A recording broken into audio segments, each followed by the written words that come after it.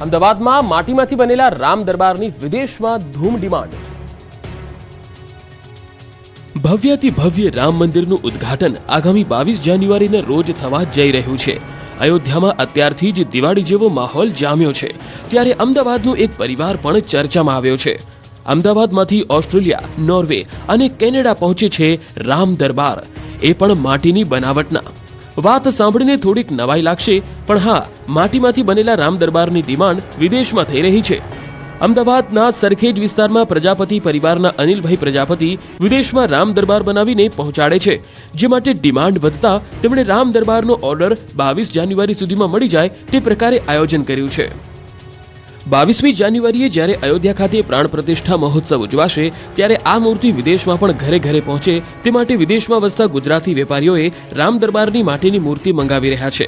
સરખેજમાં રહેતા અનિલભાઈ પ્રજાપતિએ નાની અને મોટી એમ 2 સાઇઝમાં રામ દરબારની મૂર્તિ માટીમાંથી બનાવી છે। આ માટીની મૂર્તિની ખાસિયત એ છે કે આ મૂર્તિ માટે તેમણે મોરબીમાંથી માટી મંગાવી છે। રામ દરબારની મૂર્તિ માટે તેમણે 25 જેટલા કારીગરોને પણ બેસાડ્યા છે।